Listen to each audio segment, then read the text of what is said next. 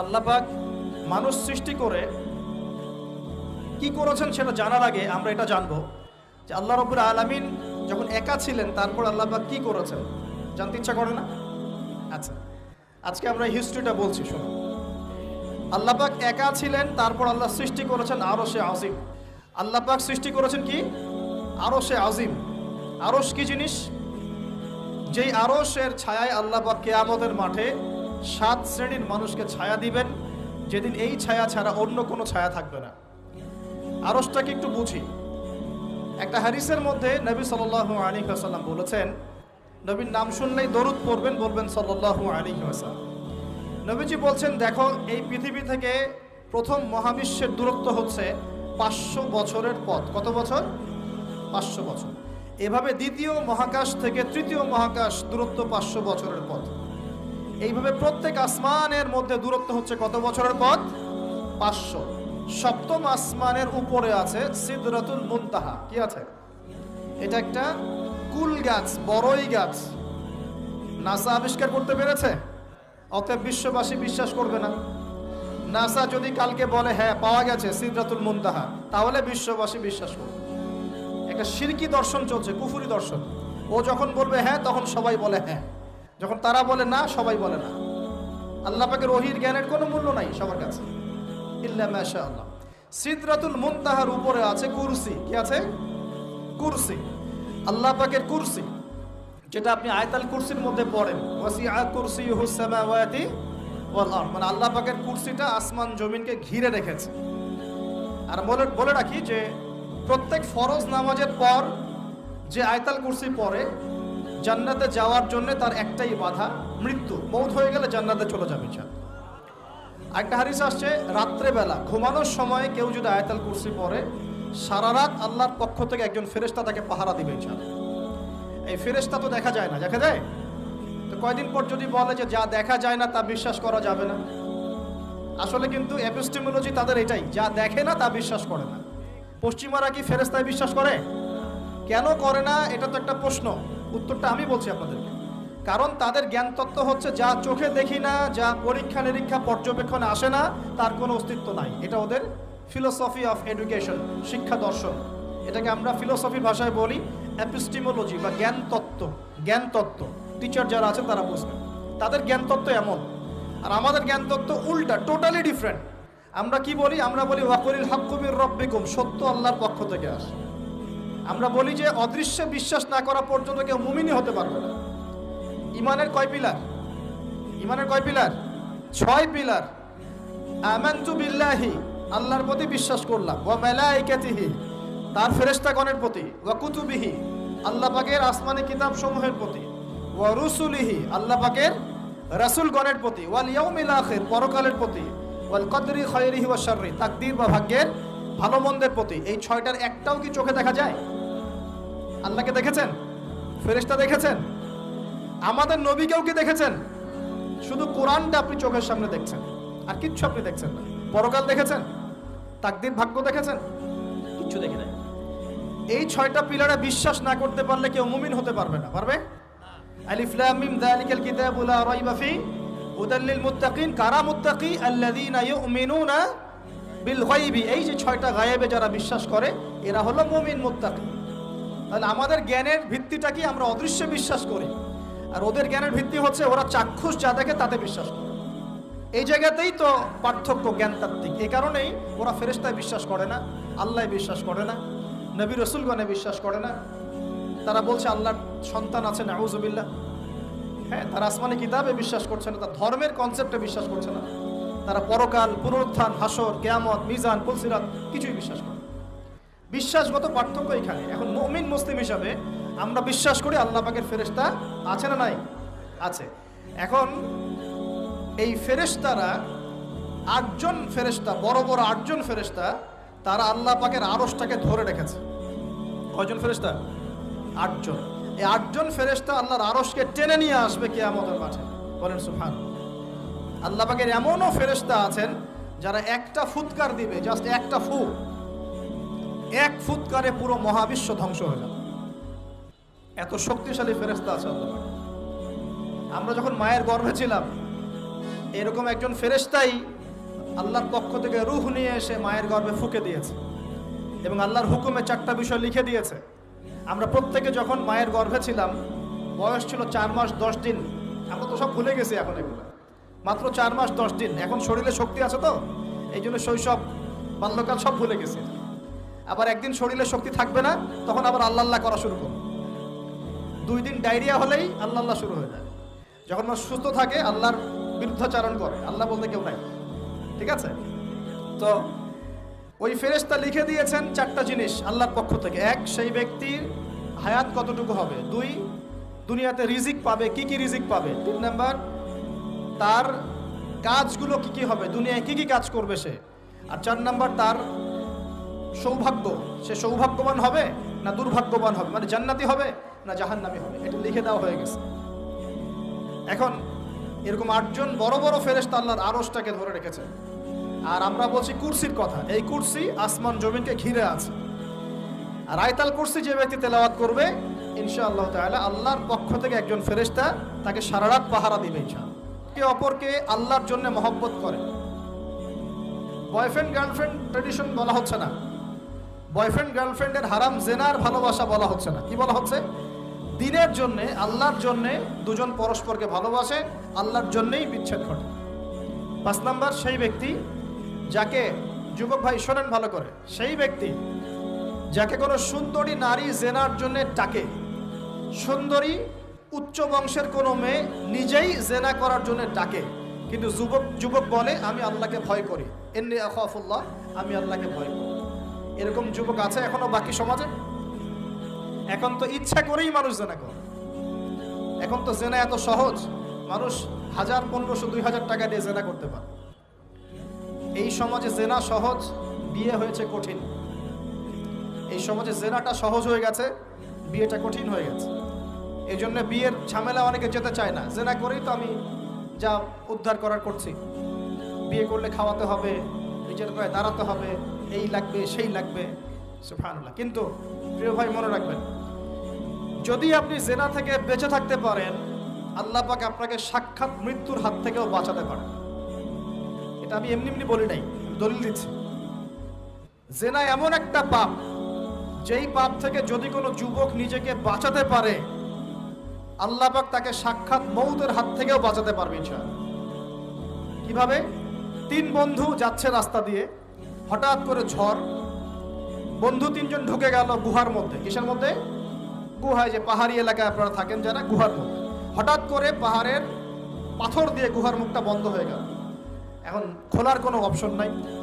সবাই বলছে এখন 3 জন, এখন তো আমরা বের হতে পারবো না। সবাই সবার নেক আমলের ওসিলা দিয়ে আল্লাহর কাছে দোয়া করো। কিসের ওসিলা দিয়ে? নেক আমলের ওসিলা দিয়ে দোয়া করতে হয়। যে হাদিস, মৃত মানুষকে ওসিলা করে তার জন্য নজর মানত জবাই করে দোয়া করতে হয় না। নিজের নেক আমলের ওসিলা দিয়ে আল্লাহর কাছে দোয়া করতে হয়।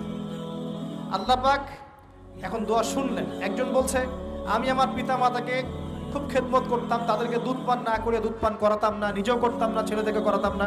আল্লাহ, এই কাজটা তোমার ভালো লাগলে আজকে গুহার মুখ থেকে পাথর সরিয়ে দাও। পাথর একটু সরে গেল। পাথর আল্লাহর কথা শোনে কিনা? শোনে না? সবাই আল্লাহর কথা শোনে। আগুন আল্লাহর কথা শোনে কিনা? ইব্রাহিমের জন্য আগুন ঠান্ডা হয়ে যায় নাই? আচ্ছা, তারপরে আরেকজন দোয়া করছে, আল্লাহ আমার এক কর্মচারী ছিল, তার বেতন বাকি ছিল, সে বেতন না নিয়ে চলে গেছে, আমি সেই বেতনটা দিয়ে কিছু গবাদি পশু কিনেছি। আস্তে আস্তে গবাদি পশু বেড়েছে, অনেক দিন পর সে এসেছে টাকা চাওয়ার জন্য।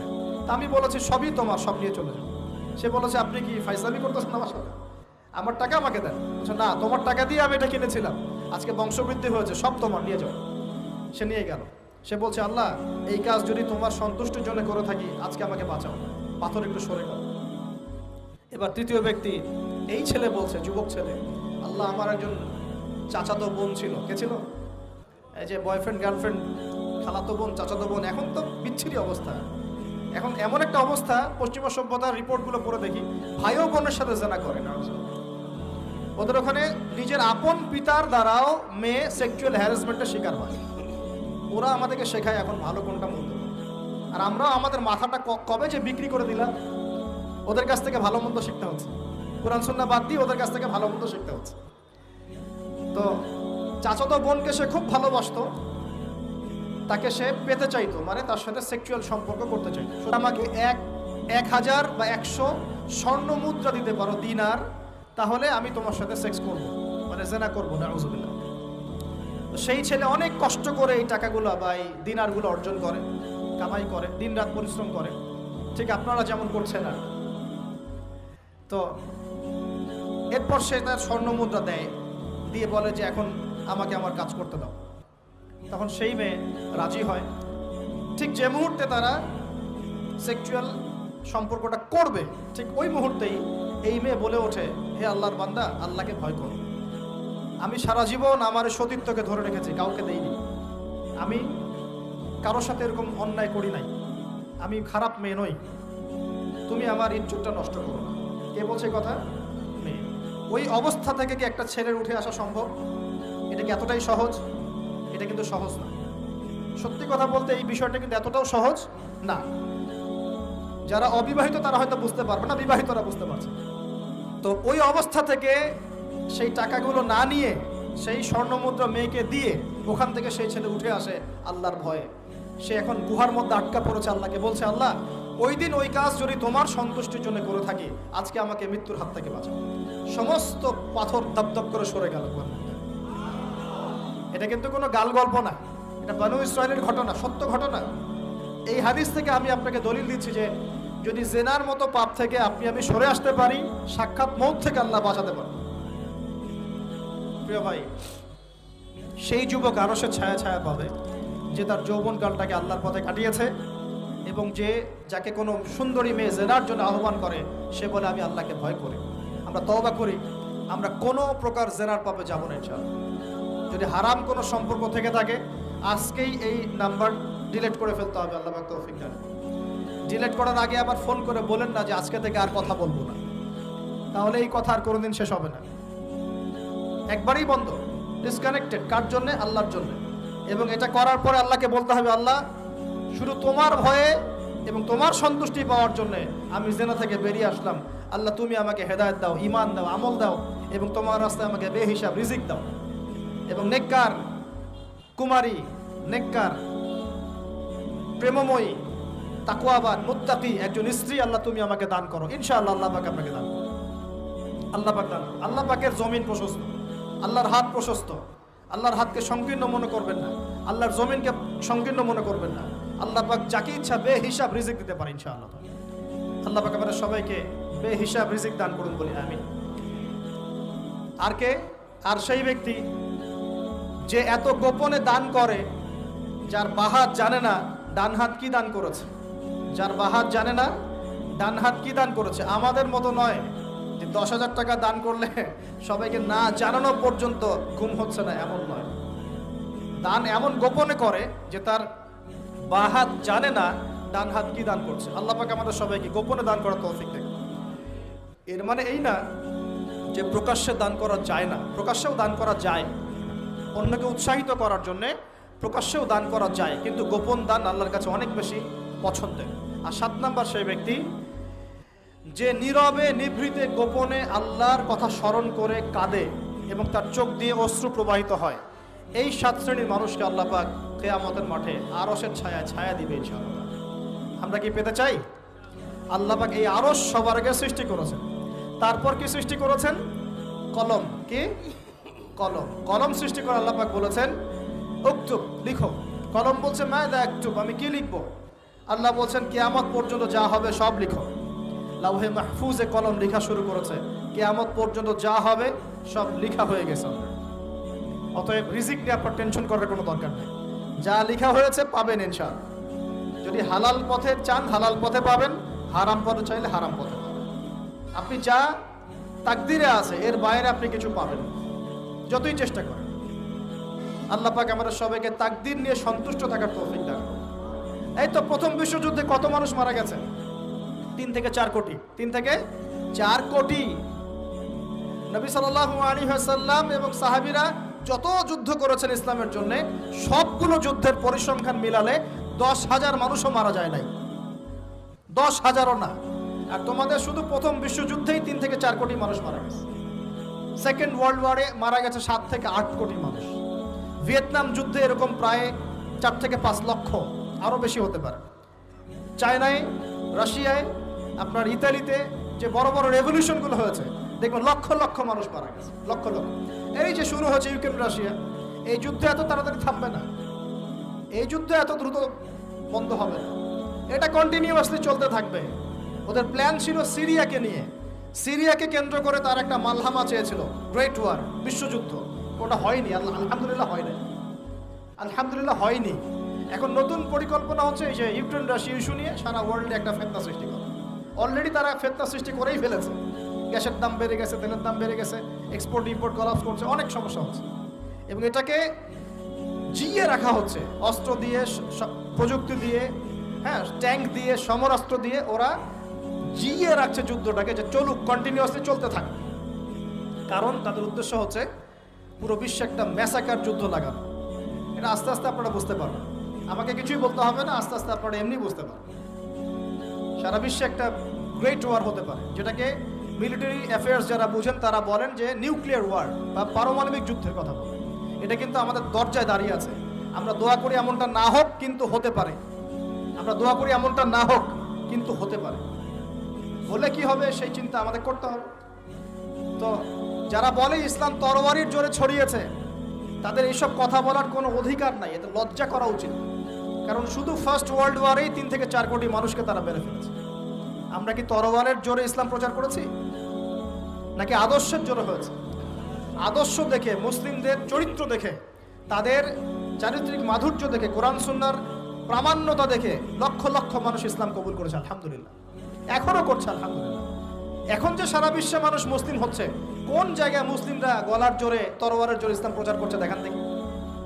এখন কি বিশ্বে মানুষ মুসলিম হচ্ছে না? হচ্ছে কি না? পশ্চিমা সভ্যতায় মানুষরা মুসলিম হচ্ছে না? এখন কি আমরা যুদ্ধ করছি? তরবারি দিয়ে ওদেরকে ধরে রেখেছি, এই ইসলাম কবুল কর, এটা বলেছে? প্রিয় ভাইরা, এটা বলতে চাচ্ছিলাম, ফেরেশতারা বলেছেন রক্তপাত ঘটাবে আর ফাসাদ সৃষ্টি করবে। তারা কি সঠিক না ভুল? ফেরেশতারা সঠিক না ভুল? সঠিক। তারা কি গায়েব জানতেন? উত্তর না। তারা কিসের আলোকে বলেছেন? ওই যে বাসিরা, দূরদর্শিতা। জিন জাতি যা করেছে এরা তো তাই করতে পারে। আল্লাহ পাক কি বলছেন? আল্লাহ পাক বলছেন ইন্নী আ'লামু মা লা তা'লামুন, আমি যা জানি তোমরা তা জানো না। মানে আমার অনেক শুকরগুজার বান্দা থাকবে যারা আমার আনুগত্য করবে, আমার বিরুদ্ধাচরণ করবে। আমরা ওই বান্দাদের অন্তর্ভুক্ত হতে চাই, আল্লাহ পাক কবুল করুন বলি। এটা বলে রাখি যে জান্নাতের 120টা কাতার হবে। কয় কাতার? 120 কাতার। এর মধ্যে 80টা কাতার হবে উম্মতে মুহাম্মাদের মধ্য থেকে। এবার আল্লাহ পাক আদম আলাইহিস সালামকে সৃষ্টি করলেন নিজ হাতে। সূরা সাদের মধ্যে আল্লাহ পাক বলেছেন খালাকতু বিয়াদাই, আমি নিজ হাতে ওকে সৃষ্টি করেছি। আল্লাহর হাত কেমন সেটা ব্যাখ্যা করার দরকার নাই, এগুলো নিয়ে চিন্তা করতে যাবেন না। আল্লাহ পাকের মতোই, কারোর সাথে সাদৃশ্যপূর্ণ নয়। আল্লাহ পাক এবার আদম আলাইহিস সালামকে সৃষ্টি করে নাম শিক্ষা দিলেন। ওয়াল্লামা আদামাল আসমাআ কুল্লাহা, এই মহাবিশ্বের যত জ্ঞান আল্লাহ পাক আদম আলাইহিস সালামকে শিক্ষা দিলেন। বলেন সুবহানাল্লাহ। এখান থেকে দলিল পেলাম আমাদের পিতা বানর থেকে হয় নাই, আমাদের পিতাকে আল্লাহ পাক সৃষ্টি করেছে। আমাদের পিতাকে কে সৃষ্টি করেছেন? আল্লাহ রাব্বুল আলামিন। তাও আবার নিজ হাতে, মানে কি? ভালোবাসা দিয়ে, ভালোবেসে, মহব্বতের সাথে। এই খলাকতু বিয়াদাই, আমি নিজ হাতে সৃষ্টি করেছি, এই কথা মানুষ ছাড়া, আদম আলাইহিস সালাম ছাড়া অন্য কারোর জন্য আল্লাহ পাক বলেন নাই। অন্য সবার জন্য আল্লাহ পাক বলেছেন ইদা আরাদা শাইআন আইয়াকুল লাহু কুন ফায়াকুন। যখন আল্লাহ পাক কিছু করতে চান খালি বলেন কুন, হও, ফায়াকুন, হয়ে যায়। ওখানে আল্লাহ পাক বলেন নাই সাগর সৃষ্টি করেছে হাত দিয়ে, এই গ্রহ নক্ষত্র সৃষ্টি করেছে আমার হাত দিয়ে। আল্লাহ পাক এমনটা বলেন নাই। আদম আলাইহিস সালামকে আল্লাহ পাক কত মহব্বত করেন, আল্লাহ পাক বলছেন যে আমি তাকে আমার নিজ হাতে সৃষ্টি করেছি। আর আজকে তোমরা শেখাচ্ছ মানুষকে আস্তাগফিরুল্লাহ, যে মানুষ বানর থেকে হয়ে যায়। কত বড় কুফরি, কত বড় শিরক, কত বড় লজ্জা। নিজের সম্মান মানুষ নিজেই ভাবে নষ্ট করতে পারে, নিজের সম্মান নিজে নষ্ট করতে পারে। আমাদেরকে আল্লাহ সৃষ্টি করেছেন আদম আলাইহিস সালাম থেকে। তারপরে যান, শুধু সৃষ্টি করেন নাই, আল্লাহ পাক সমস্ত নাম শিক্ষা দিয়েছেন। নাম মানে এখানে শুধু নাম, মঙ্গল, নেপচুন, প্লুটো এগুলো না। নাম মানে হচ্ছে জ্ঞান। নাম মানে কি? জ্ঞান। একটা এক্সাম্পল দেই, যখন আপনি বাচ্চাকে বলেন যে A for Apple, A for কি অ্যাপল যে শেখাচ্ছেন, অ্যাপল বলতে কিন্তু সে শুধুমাত্র একটা ওয়ার্ড শিখে না, ও কিন্তু শিখে অ্যাপল মানে একটা এমন কিছু যেটা খেতে হয়। কি করতে হয়? খেতে হয়। যখন আপনি শেখান এ ফর অ্যান্ট, ও বুঝতে পারে অ্যান্ট হচ্ছে একটা সৃষ্টি, এটা চলাচল করে কালো কালো দেখতে, ও কিন্তু মাথার মধ্যে ওটা ছবি এঁকে নেয়। তো এটা নাম মানে শুধু নাম না, জ্ঞান। আল্লাহ পাক আদম আলাইহিস সালামকে সমস্ত জ্ঞান শিক্ষা দিলেন। আল্লামাল ইনসান মা লাম ইয়ালাম, আল্লাহ বলছেন আমি মানুষকে সেই জ্ঞান শিক্ষা দিয়েছি যা মানুষ জানতো না। মানে আমরা সৃষ্টিগতভাবে জ্ঞানী ছিলাম না, আল্লাহ পাক জ্ঞান শিক্ষা দিয়েছেন। কোন জ্ঞান শিক্ষা দিয়েছেন? যে জ্ঞান ফেরেশতাদেরও ছিল না। বলেন সুবহানাল্লাহ। আল্লাহ পাক জ্ঞান শিক্ষা দিয়ে ফেরেশতাদের সামনে নিয়ে গিয়ে বলছেন তোমরা এই নামগুলো বলো দেখি। ফেরেশতারা বলছেন লা ইলমা লানা ইল্লা মা আল্লামতানা, আল্লাহ আমাদের তো সেই জ্ঞান নাই, যা আপনি শিখিয়েছেন অতটুকুই জানি, এর বেশি জানি না। এবার আল্লাহ পাক বলছেন ইয়া আদম আম্বিহুম বিআসমাইহিম, আদম তুমি সব নাম বলে দাও দেখি। আদম আলাইহিস সালাম সমস্ত নাম ধর করে সব বলে দিলেন। আমাদের পিতা জ্ঞানী ছিলেন না? ছিলেন না। আল্লাহ পাক নিজে তাকে জ্ঞান শিক্ষা দিয়েছে। আর আমরা বলছি মানুষ আস্তাগফিরুল্লাহ অন্য প্রাণী থেকে আসছে। সুবহানাল্লাহ, কত অদূরদর্শী মানুষেরা, কত সুদূর প্রসারী একটা কুফরি মতবাদ। এবার আল্লাহ পাক আদম আলাইহিস সালামকে বলছেন তুমি নাম বলে দাও, তিনি সব নাম বলে দিলেন।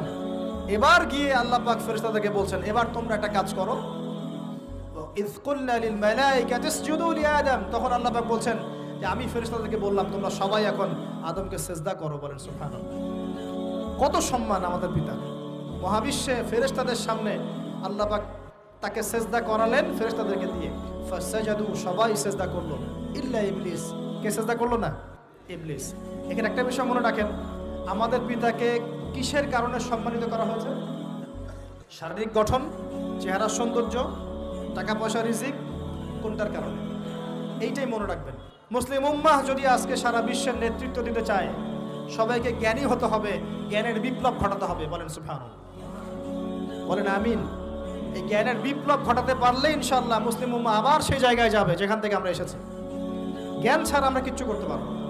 আর এই জ্ঞান মানে শুধু একমুখী শিক্ষা নয়, জেনারেল শিক্ষা, ইসলামিক শিক্ষা, এই দুইটাকে হারমোনিয়াসলি কম্বাইন্ড করতে হবে, করে এমন জ্ঞান অর্জন করতে হবে যেই জ্ঞান দিয়ে বিশ্বকে আমরা চ্যালেঞ্জ করতে পারি। এটাই এই বিশ্বের সবচেয়ে বড় চ্যালেঞ্জ এখন, মুসলিমদের সবচেয়ে বড় চ্যালেঞ্জ এখন এটাই, ইসলামিক শিক্ষা এবং জেনারেল শিক্ষাকে একত্রিত করে এমন প্রজন্ম তৈরি করা যে প্রজন্ম আগামী দিনে উম্মাকে নেতৃত্ব দেবে ইনশাআল্লাহ। এই একটা কাজ যদি কেউ করে যেতে পারে, আল্লাহ পাক তৌফিক দেখ, আমরা দোয়া করি আল্লাহ পাক এমন নেতা আমাদের উপরে নিয়ে আসুক যারা এরকম প্রজেক্ট লঞ্চ করতে পারে। বলেন আমিন। দোয়া করতে কোনো সমস্যা? অথবা যদি কেউ হাল না ধরে, আল্লাহ পাক যেন এমন কিছু মানুষ তৈরি করে দেন যারা এই জ্ঞানতাত্ত্বিক বিপ্লব নিয়ে কাজ করবে ইনশাআল্লাহ।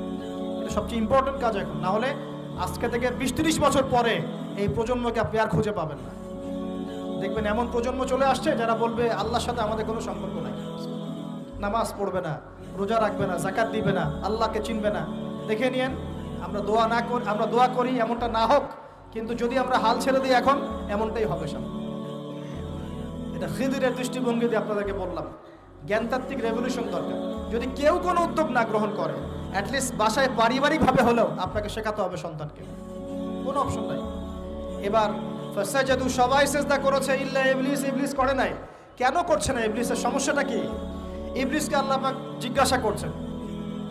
জিজ্ঞাসা করছেন, মা মানাআকা আল্লা তাসজুদা ইযা আমারতুক, আমি তোমাকে আদেশ করলাম আদমকে সিজদা করতে, কে তোমাকে নিষেধ করলো সিজদা করতে? ইবলিস বলছে, বেশি চালাক, বেশি বোঝে যারা, অতিরিক্ত বুদ্ধিজীবী। ইবলিস ছিল বেশি বুদ্ধিজীবী। ইবলিস ছিল কি? অতিরিক্ত মাত্রার বুদ্ধিজীবী। আচ্ছা না, আমাদের সমাজে এরকম কিছু মানুষ, ও বলছে খালাকতানি মিন নার, আমাকে সৃষ্টি করেছেন আগুন দিয়ে, আগুন তো সুপিরিয়র মাটির চাইতে। ও খালাকতাহু মিন তিন, আর আপনি এই আদমকে সৃষ্টি করেছেন মাটি থেকে, কাদা মাটি দিয়ে, আমি কেন আদমকে সিজদা করতে যাব? যুক্তি, অতি যুক্তিবাদী, অতি বুদ্ধি। আল্লাহ পাক বলছেন ফাখরুজ মিনহা ফাইন্নাকা রাজিম, এখান থেকে বের হয়ে যাও, তুমি অভিশপ্ত। ফাইন্না আলাইকা লা'নাতা ইলা ইয়াউমিদ্দিন, আমার আদেশ লঙ্ঘন করার কারণে কিয়ামত পর্যন্ত তোমার উপর লানত, অভিশাপ বর্ষিত। আল্লাহ পাক তাড়িয়ে দিলেন, একদম থ্রোন অ্যাওয়ে। আমরা বলি না আউযু বিল্লাহি মিনাশ শাইতানির রাজিম, রাজিম শব্দের মানে হচ্ছে বিতাড়িত, থ্রোন অ্যাওয়ে, কার্সড, যাকে অভিশাপ করা হয়েছে। এবার ভালো করে শোনেন প্রিয় ভাইরা, ইবলিসের এই স্টেটমেন্টগুলো শোনেন। এবার ইবলিস বলছে রব্বি আনজিরনি ইলা ইয়াউমি ইউবআসুন। এই স্টেটমেন্টটা ভালো করে শোনেন। ইবলিস বলছে রব্বি, হে আমার রব।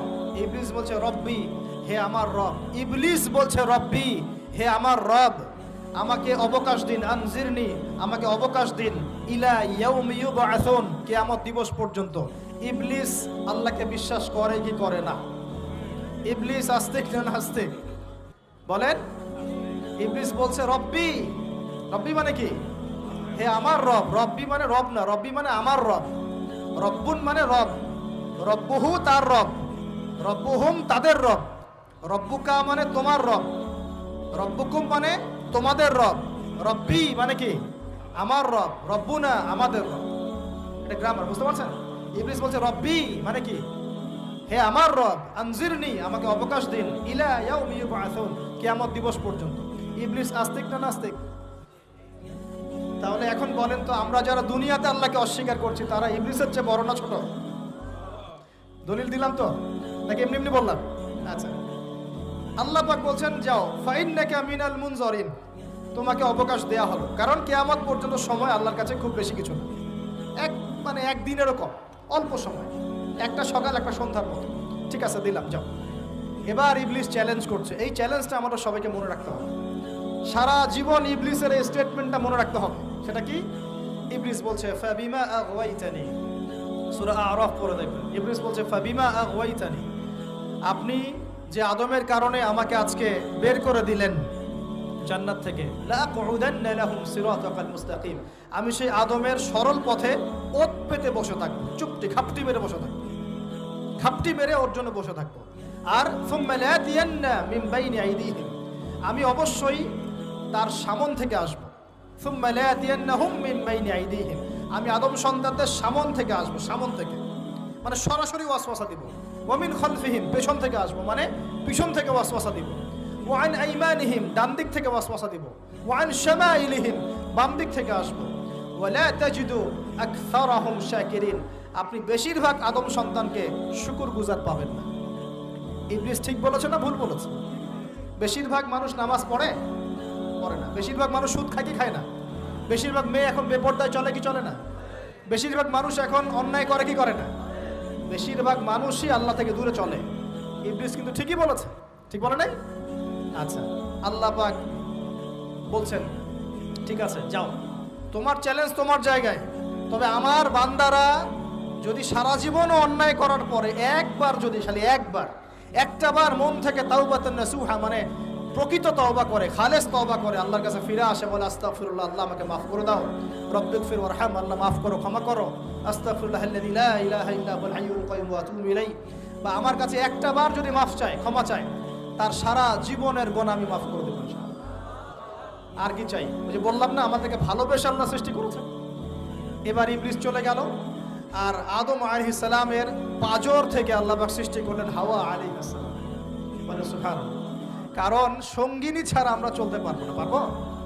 যারা চিরকুমার সঙ্গে নাম লেখাচ্ছ, এগুলো থেকে বের হয়ে আসো।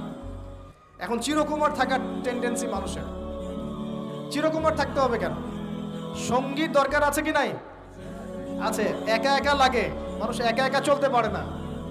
ইব্রাহিম আলাইহিস সালাম একা চলে আসছেন, তার সাথে সারা আলাইহিস সালাম ছিলেন। আমাদের নবীজি যখন একা, তার সাথে খাদিজা রাদিয়াল্লাহু আনহা ছিলেন। ঠিক আছে? ঠিক একইভাবে আদম আলাইহিস সালাম একা একা জান্নাতে, আল্লাহ পাক তার পাঁজর থেকে সৃষ্টি করলেন কাকে? হাওয়া আলাইহিস সালাম। বলে রাখি, হাওয়া আলাইহিস সালাম ছিলেন পৃথিবীর সবচেয়ে সুন্দরী নারীদের একজন। দুজন নারীকে সবচেয়ে সুন্দরী বলা হয়। কয়জন? একজন হাওয়া আলাইহিস সালাম, আর একজন ইব্রাহিম আলাইহিস সালামের স্ত্রী সারা আলাইহিস সালাম। মনে থাকবে? এখানে মনে রাখবেন, নিজে যদি পবিত্র থাকেন, নিজের চরিত্রকে পবিত্র রাখেন, ইনশাআল্লাহ আপনি সব দিক থেকে ভালো একজন মেয়ে পাবেন। নিজের চরিত্র ঠিক থাকবে না, জেনা করবেন, 10 ঘাটের পানি খেয়ে আসবেন, দেখবেন যাকে বিয়ে করেছেন ও 15 ঘাটের পানি খেয়ে আসে। সতর্ক থাকবেন, আল্লাহ পাক হেফাজত করুন না, বলি আমিন। এবার তারা দুজন জান্নাতে থাকতে লাগলেন। আল্লাহ পাক বলছেন, একটু মনোযোগ দেন, আল্লাহ বলছেন যে তোমরা দুজন জান্নাতে থাকো। ফাকুলা মিনহা রাগাদান হাইসু শি'তুমা, জান্নাতে যা ইচ্ছা তোমরা খাও, কোনো সমস্যা নেই, থাকো খাও।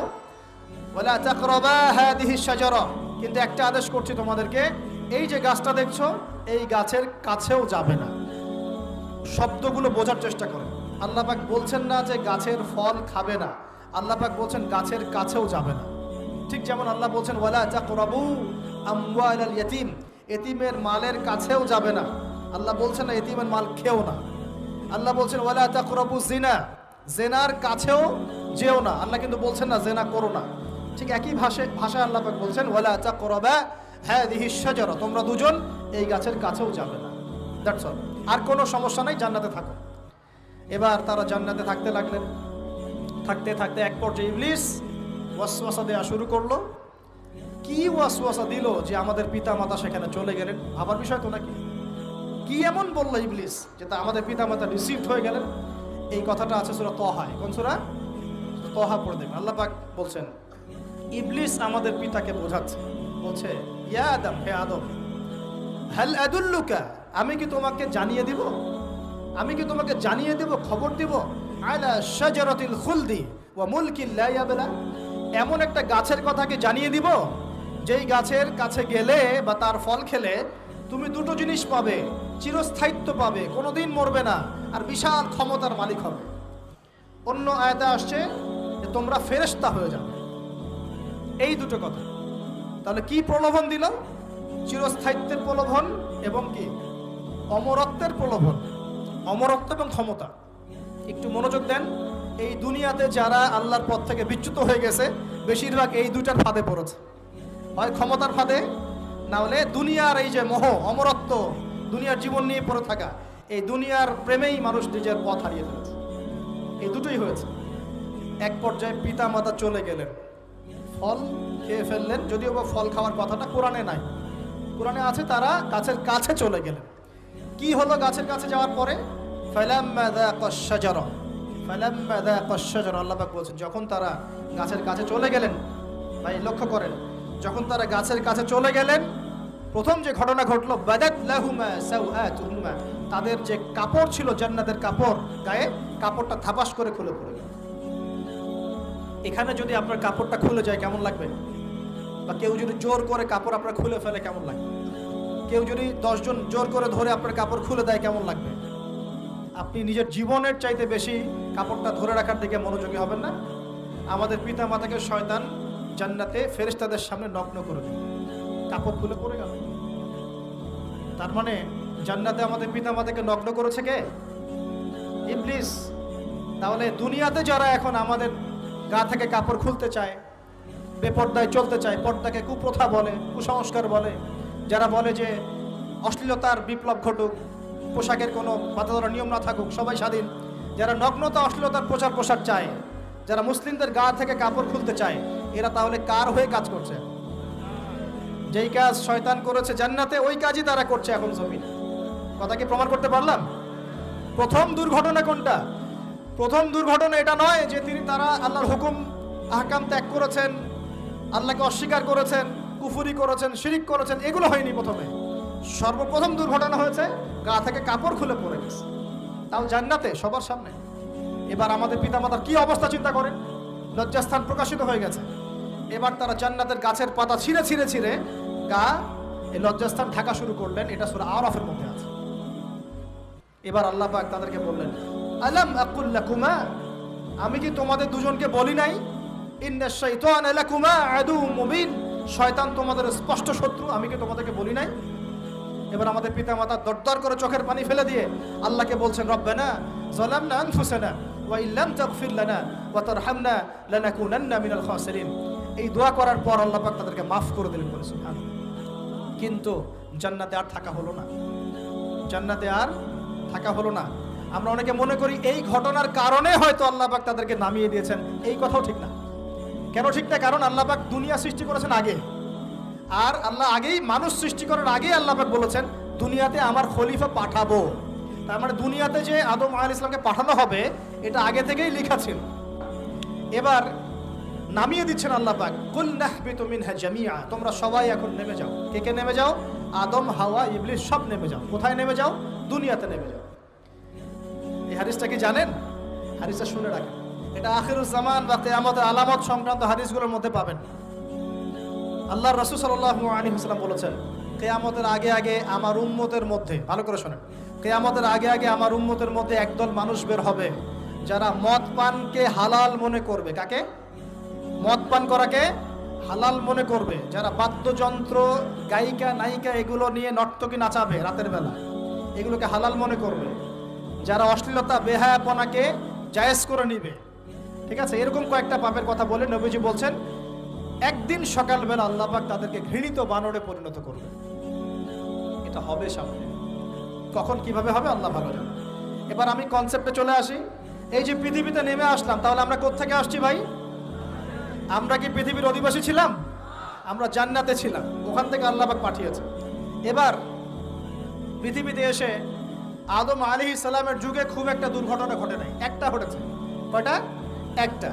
ভাই হাবিলের কুরবানি কবুল হয়, কাবিলের অন্তর্দাহ হয়, জ্বালা হয়। কেন হাবিলেরটা কবুল হবে, কাবিলের কেন হচ্ছে না? এই হিংসার বশবর্তী হয়ে কাবিল হাবিলকে হত্যা করে ফেলে। হত্যা করে লাশটা দাফন করার পদ্ধতিও তার জানা ছিল না। আল্লাহ কাককে পাঠালেন, কাককে দেখে সে শিখল।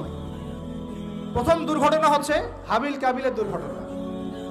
বলে রাখি, আজকেও নিজের ভাইয়ের বেশে বহু কাবিল মুসলিম সমাজের মধ্যে ঘুরে বেড়ায়। নিজের ভাইয়ের লেবাসে, পোশাকে, সুরতেই বহু কাবিল এখনো কিন্তু মুসলিম সমাজে ঘুরে বেড়ায়। তো আমরা কাবিলদেরকে কাবিলের পরিণতি সম্পর্কে সচেতন করতে চাই। হাবিল বলেছিল, তুমি যদি আমাকে মারতে আসো, আমি তোমাকে মারার জন্য হাত বাড়াবো না। হাবিল জান্নাতে যাবে আর কাবিল জাহান্নামে যাবে। কেন কাবিল জাহান্নামে যাবে? নবীজি বলেছেন, পৃথিবীর প্রথম হত্যাকাণ্ড সংগঠিত করেছে কাবিল। এ কারণে পৃথিবীতে যত খুন হবে, সমস্ত খুনের পাপের একটা অংশ কাবিলের আমলনামায় যোগ করা হবে। বলেন নাউজুবিল্লাহ। একটা কথা মনে রাখবেন, সদকায়ে জারিয়া যেমন আছে, গুনাহে জারিয়াও আছে। একটা মদের দোকান দিয়েছেন, যত মানুষ মদ খাচ্ছে, সমস্ত গুনার একটা অংশ আপনার কাঁধে আসছে। সিনেমা হল করেছেন, মানুষ সারাদিন নেকটা ছবি দেখে, নগ্ন ছবি দেখে, যত মানুষ এখানে পাপ করবে, সমস্ত পাপের একটা অংশ আপনার কাঁধে যাবে। আবার একটা মাদ্রাসা করেছেন, যত মানুষ এখানে দ্বীনি ইলম শিখবে, এই নেকির একটা অংশ আপনি পাবেন ইনশাআল্লাহ। মরে গেলেও কবরে পাবেন ইনশাআল্লাহ। আল্লাহ পাক আমাদের সবাইকে সদকায়ে জারিয়া করার তৌফিক দেন, গুনাহে জারিয়া থেকে বাঁচিয়ে রাখুন। খুব খেয়াল রাখবেন, আল্লাহ পাক আমাদের হেফাজত করুন বলি আমি। এবার ওই যুগ শেষ, নূহ আলাইহিস সালামের যুগ। এই যুগে আল্লাহর একই সুন্নত। নূহ আলাইহিস সালাম 950 বছর দাওয়াত দিলেন, 40টা বা 80টা পরিবার ইসলাম কবুল করেছে, বাকিরা করে নাই। যারা করে নাই আল্লাহ পাক তাদেরকে ডুবিয়ে মারলেন, যারা করেছে আল্লাহ পাক উদ্ধার করলেন। সোজা কথা। আজকে সারা পৃথিবীতে যত মানুষ আমরা বেঁচে আছি না, আমরা কোনো না কোনো ভাবে ওই 80 পরিবারের সদস্য। আমরা ভাই ভাই, আমরা ওই ফ্যামিলি, 80 ফ্যামিলির অন্তর্ভুক্ত। কিরকম করে? নূহ আলাইহিস সালামের 4 সন্তান ছিল। কয় সন্তান? এক সন্তানের নাম হচ্ছে হাম। কি নাম? হাম। হাম ছিল একটু কালো বর্ণের। হামকে দিয়ে আফ্রিকার কন্টিনেন্টে যত মানুষ দেখছেন, ব্ল্যাক স্কিনের, কালো স্কিন, এরা সবাই হামের বংশধর। মজা না বিষয়টা? মানুষের অস্তিত্ব পৃথিবীতে, ইতিহাস, এগুলো খুব ইন্টারেস্টিং টপিক। ইতিহাস পড়তে থাকলে আপনি ডুবে যাবেন। কত কি যে বিশ্বে হয়েছে আর কত কিছু হবে সামনে, সুবহানাল্লাহ। তখন আপনার অস্তিত্ব জানান দিবে যে আমি কত ক্ষুদ্র, মহাবিশ্ব কত বড়, আল্লাহ কত বড়, কত সময় চলে গেছে আর আমি এই সময় কি করছি। এক ভাইয়ের নাম শাম। এই শামকে কেন্দ্র করে এই আরবের যে মানুষগুলো আছে, আরব, অ্যারাবিয়ান, এরা শামের বংশধর। আরেক ভাইয়ের নাম ইয়াফাস। কি নাম? ইয়াফাস। ইয়াফাসের বংশধর হচ্ছে পশ্চিমারা, মানে রোমক যারা, তারা। আরেক ভাইয়ের নাম ছিল কেনান। কি নাম? কেনান। এ ইমান নিয়ে আসে নাই, ওই যে প্লাবনে ডুবে মরে গেছে। মরে যাওয়ার পরে আদম আলাইহিস সালাম বলেছিল, আল্লাহ আমার পরিবারের অন্তর্ভুক্তকে মাফ করে দাও। আল্লাহ বলেছেন, লাইসা মিন আহলিক, সে তোমার পরিবারের কেউ না। নবীর সন্তান হয়েও, নবীর সন্তান হওয়ার পরেও ইমান না আনার কারণে সে জাহান্নামে গেছে। আর আমরা আর কি এমন মানুষ, অমুক আলেমের সন্তান, অমুক বক্তার সন্তান, হ্যাঁ, অমুক পীরের নওয়াবজাদা, অমুক তমুক, এইসব বড়াই করে লাভ নাই। আমল, আকীদা, ঈমান যদি ঠিক না থাকে, আমাদের বংশ পরিচয় আমাদেরকে বাঁচাতে পারবে, আমাদের দেশ, জাতীয়তাবাদ, বর্ণ বাঁচাতে পারবে না। যার যার কবরে তাকে তাকে যেতে হবে। নিজের আমল নিয়ে ফিকির করেন, নিজের কবর নিয়ে ফিকির করেন, অন্যের দিকে চোখ দেওয়া বন্ধ করেন, আগে নিজের কবর ফিকির করেন। আল্লাহ পাক সবাইকে তৌফিক এনায়েত করুন। যারা বুদ্ধিমান তারা নিজেকে নিয়ে ব্যস্ত থাকে, যারা যারা অহংকারী উদ্ধত এরা মানুষের পিছনে পড়ে থাকে। আল্লাহ পাক আমরা সবাইকে নিজের চেহারা আয়নায় দেখার তৌফিক দান। প্রিয় ভাইরা, নূহ আলাইহিস সালামের যুগ চলে গেল, 950 বছর দাওয়াত দেওয়ার পরে এই পরিণতি হয়েছে। এরপরে আসছে ইব্রাহিম আলাইহিস সালামের সময়। আল্লাহ পাক তাকে উদ্ধার করেছেন, অগ্নি পরীক্ষা থেকে বাঁচিয়েছেন, নমরুদকে আল্লাহ পাক ধ্বংস করেছেন। আল্লাহ পাক এরপরে এনেছেন আদ জাতি। আদ জাতির হুদ আলাইহিস সালাম এবং তার অনুসারীদেরকে আল্লাহ পাক বাঁচিয়েছেন, বাকিদেরকে ধ্বংস করে দিয়েছেন ঝড় দিয়ে, বায়ু প্রবাহ দিয়ে। সামুদ জাতি এসেছে, সামুদ জাতিকে আল্লাহ পাক ধ্বংস করেছেন বজ্রপাত দিয়ে, বিদ্যুৎ দিয়ে। আর সালেহ আলাইহিস সালাম এবং তার অনুসারীদেরকে বাঁচিয়ে দিয়েছেন। ফেরাউনের যুগ এসেছে, আল্লাহ পাক মূসা আলাইহিস সালাম এবং বনু ইসরাইলকে বাঁচিয়েছেন, ফেরাউনকে ডুবিয়ে মেরেছেন লোহিত সাগরে। ঈসা আলাইহিস সালামের যুগ আসছে, একই সুন্নাত। ঈসা আলাইহিস সালামকে আল্লাহ পাক শুধু রক্ষাই করেন নাই, নিজের কাছে উঠিয়ে নিয়েছেন। সুবহানাল্লাহ। তিনি আবারও আসবেন পৃথিবীতে ইনশাআল্লাহ। যতদিন না তিনি আসছেন এবং এই পৃথিবীতে 40 বছর রাজত্ব না করছেন, কিয়ামত হবে না ইনশাআল্লাহ। যতদিন পর্যন্ত ঈসা আলাইহিস সালাম আবার ব্যাক না করছেন এবং এই জেরুজালেম থেকে সারা বিশ্বে খিলাফা কায়েম না করছেন, 40 বছর শাসন না চালাচ্ছেন, কিয়ামতও হবে না ইনশাআল্লাহ। এটা সামনে অপেক্ষা করছে। এবং নবী সাল্লাল্লাহু আলাইহি ওয়াসাল্লামের যুগে আবু জেহেল, আবু লাহাব, উতবা, সাইবাদেরকে আল্লাহ পাক ধ্বংস করেছেন, আল্লাহর নবী এবং সাহাবীদেরকে আল্লাহ পাক সম্মানিত করেছেন। আপনি কি পুরো হিস্ট্রির মধ্যে একটা সুন্নত দেখতে পাচ্ছেন, কমন সুন্নত? কি সুন্নত? প্রত্যেক যুগে যুগে যারাই আল্লাহর ওই যে বিধান মেনে চলেছে, সমকালীন নবী রাসূলদের আনুগত্য করেছে, আল্লাহ পাকের আনুগত্য করেছে, আল্লাহ পাক তাদেরকে উদ্ধার করেছেন দুনিয়াতেও পরকালে। প্রত্যেক যুগে যুগে যারাই আল্লাহকে মানে নাই, রাসূলকে মানে নাই, আল্লাহর আসমানি কিতাবকে মানে নাই, বিরুদ্ধাচরণ করেছে, কুফরি করেছে, শিরক করেছে, আল্লাহ পাক সবাইকে ধ্বংস করে দিয়েছেন, কারো কোনো পরোয়া করে না। এই সিলসিলা আজও অব্যাহত আছে, আগামীতেও থাকবে ইনশাআল্লাহ। এখন আমরা যারা এখন বেঁচে আছি, আমরা নবী সাল্লাল্লাহু আলাইহি ওয়াসাল্লামের ইন্তেকালের প্রায় 1450 বছর পরের মানুষ। আল্লাহর নবী এসেছেন এমন সমাজে, যে সমাজে শিরকের পাপ চলছে, সুদের পাপ চলছে, দুর্নীতি চলছে, আপনার কন্যা সন্তানকে জীবিত হত্যা করা হচ্ছে, আপনার মাদক দ্রব্যের সয়লাভ চলছে, মেয়েদের অধিকার দেওয়া হচ্ছে না, হ্যাঁ, গোত্রীয় হানাহানি চলছে। ওই সমাজটাকে তিনি 23 বছরের মধ্যে পাল্টে ফেললেন। কত বছর? 23 বছর। কিভাবে পাল্টালেন? উত্তর, তিনি প্রথমে জ্ঞানের চর্চা করেছেন। কিসের চর্চা? জ্ঞানের। আল্লাহ পাক প্রথম ওহী নাযিল করেছেন, ইকরা বিসমি রাব্বিকাল্লাযী খালাক, পড়ুন আপনার রবের নামে যিনি আপনাকে সৃষ্টি করেছেন। নবী সাল্লাল্লাহু আলাইহি ওয়াসাল্লাম, সাহাবীগণ কোরআনের 6টা হক আদায় করেছেন। কয়টা হক? 6টা। তারা কোরআন পড়া শিখেছেন। আমরা সবাই কোরআন পড়া শিখবো তো ইনশাআল্লাহ। তারা কোরআনের অর্থ শিখেছেন, আমরা কোরআনের অর্থ শিখবো তো ইনশাআল্লাহ। তারা কোরআনের আদেশগুলো মেনেছেন, আমরা কোরআনের সব আদেশ মানবো তো ইনশাআল্লাহ। তারা কোরআনের সমস্ত নিষেধগুলো বর্জন করেছেন, আমরা নিষেধ বর্জন করবো তো ইনশাআল্লাহ। তারা কোরআনের দাওয়াত মানুষের কাছে পৌঁছে দিয়েছেন, আমরা কোরআনের দাওয়াত দিব তো ইনশাআল্লাহ।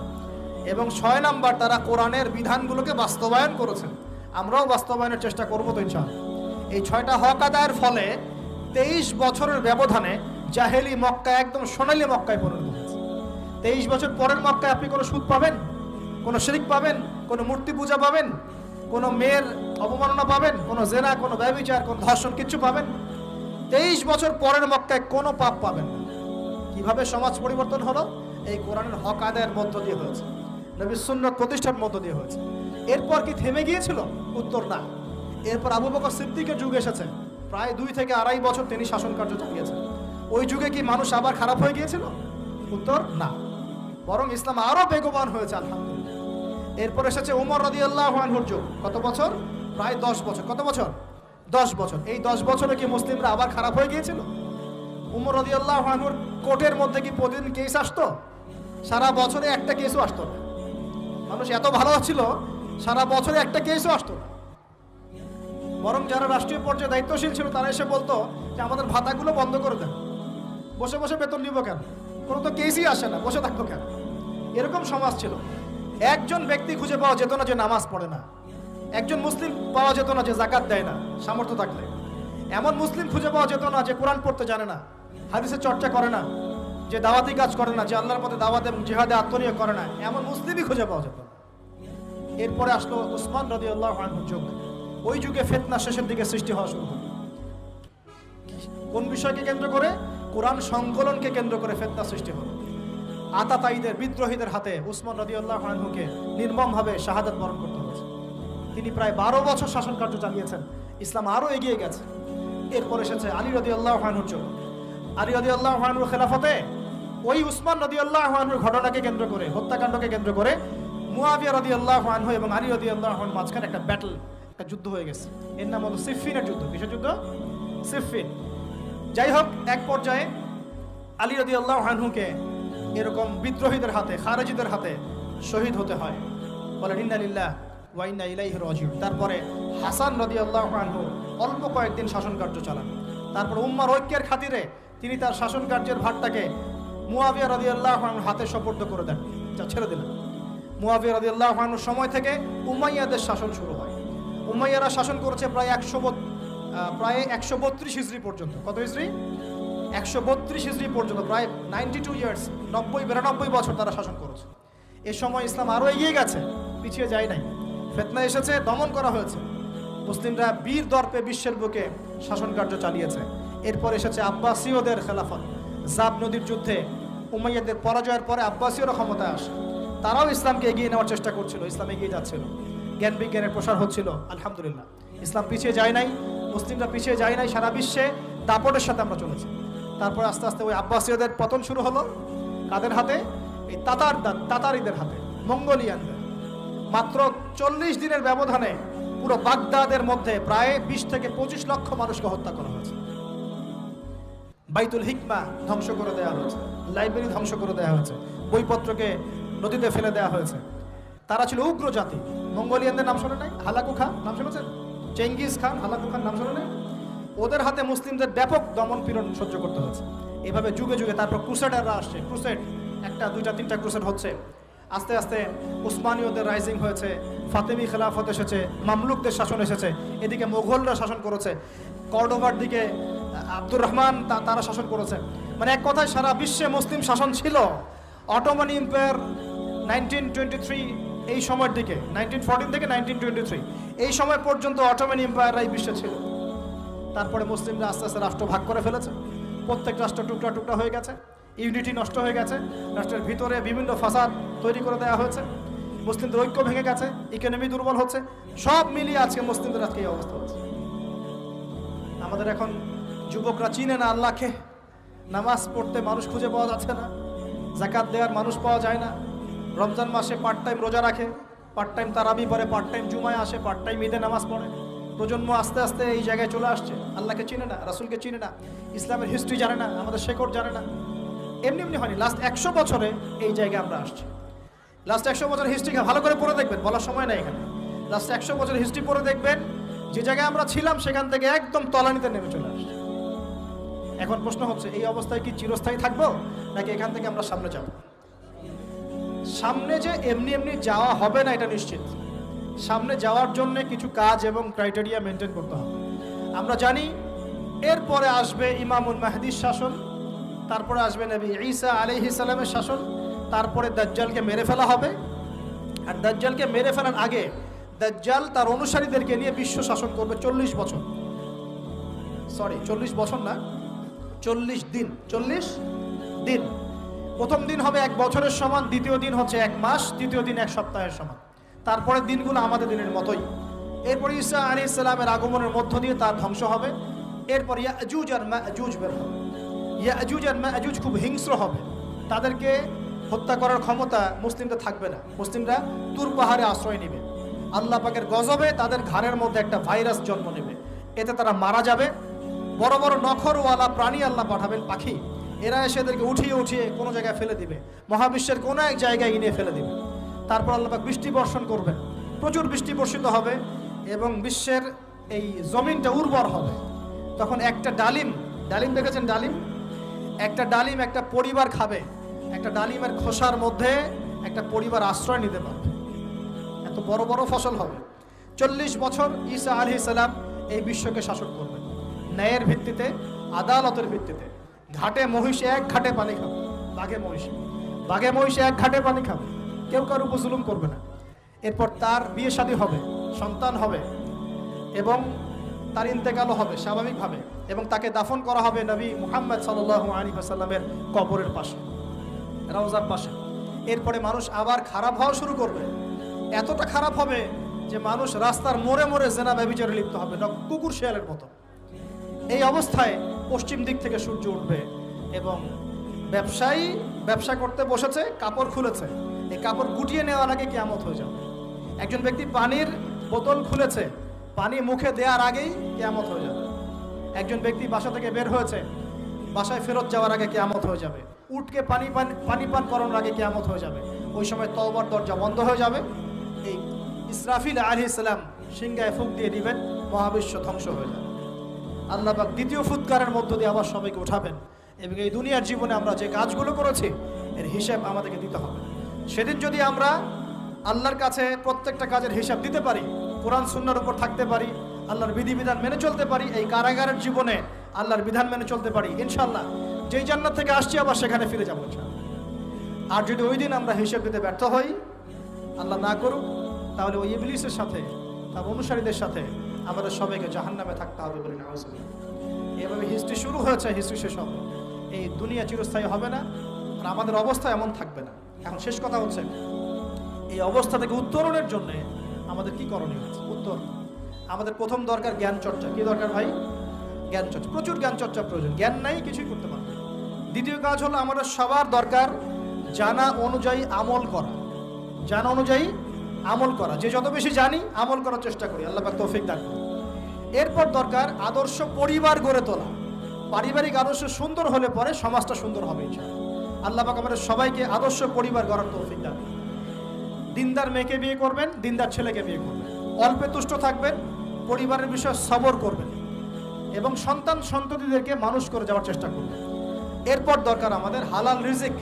সবাই যদি হালাল রিজিকে সন্তুষ্ট থাকি, সমাজের মধ্য থেকে অন্যায় এমনি অটোমেটিক কমে যাবে ইনশাআল্লাহ। প্রত্যেকটা কাজ করার আগে চিন্তা করব কিভাবে করলে হালাল হবে, কিভাবে করলে হারাম হবে। এরপর দরকার নবী সাল্লাল্লাহু আলাইহি ওয়াসাল্লামের সুন্নাহ মাফিক জীবন গড়া। 24 ঘন্টার দিন রাতে যে কাজগুলো আছে, এই কাজগুলোকে নবীর সুন্নত অনুযায়ী করার চেষ্টা করব। আল্লাহ পাক তৌফিক দান করুন বলি আমি। আরও দরকার আমর বিল মারুফের কাজ করা, মানে সৎ কাজে আদেশ করা। আমাদের সবাইকেই দাওয়াতি কাজ করতে হবে।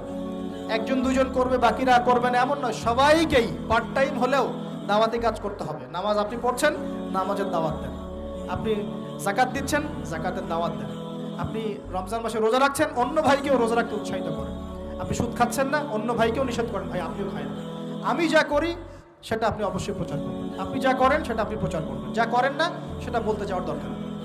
তবে হ্যাঁ, আমলের কথা আপনি বলতেই পারেন। যদি আপনি তাহাজ্জুদ নিয়মিত পড়তে নাও পারেন, মানুষকে আপনি বলতে পারবেন তাহাজ্জুদে নামাজ পড়েন, তাহাজ্জুদ নামাজ পড়া ভালো। ইনশাআল্লাহ আস্তে আস্তে আপনি নিজেও আমল করার চেষ্টা করবেন। আল্লাহ পাক তৌফিক দান করুন। আমর বিল মারুফ, সৎ কাজে আদেশ করতে হবে। আরেকটা হচ্ছে অসৎ কাজে নিষেধ করতে হবে। সৎ কাজে শুধু আদেশ করলেই হয় না, অসৎ কাজেও কি করতে হয়? নিষেধ করতে হয়।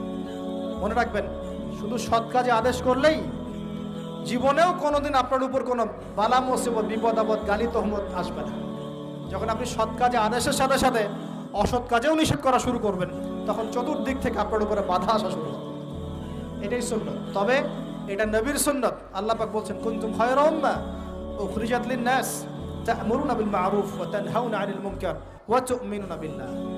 আর আমাদের দায়িত্ব হচ্ছে পরবর্তী প্রজন্মকে মানুষ করে যাওয়া, নিজেদের জান মাল সময় শ্রম দিয়ে আল্লাহর জমিনে আল্লাহর দিনটাকে প্রচার করা, প্রসার করা, প্রতিষ্ঠার চেষ্টা করা এবং চরমপন্থী না হওয়া, আবার গোলালু মার্কা শৈথিলতাবাদীও না হওয়া, মধ্যমপন্থী থাকা, নিজের দায়িত্ব পালন করা, অন্যকে দিনের দিকে ডাকা। আমাদের ঊর্ধ্বতন কর্তৃপক্ষ যারা থাকবে সবার সামনে ইসলামটাকে যুগোপযোগীভাবে সত্য মিথ্যাকে স্পষ্ট করে দিয়ে উপস্থাপন করা। তারা যদি কবুল করে আলহামদুলিল্লাহ, যদি নাও করে তাদের দায়িত্ব তাদের, আমাদের দায়িত্ব আমাদের। That's all. আল্লাহ রাব্বুল আলামিন আমাদের সবাইকে কুরআন সুন্নাহ মাফিক জীবন করার তৌফিক দান করুন বলি আমিন। আমাদের সবাইকে আল্লাহ পাক পুরো ওয়ার্ল্ড হিস্ট্রি পড়ার তৌফিক দান করুন।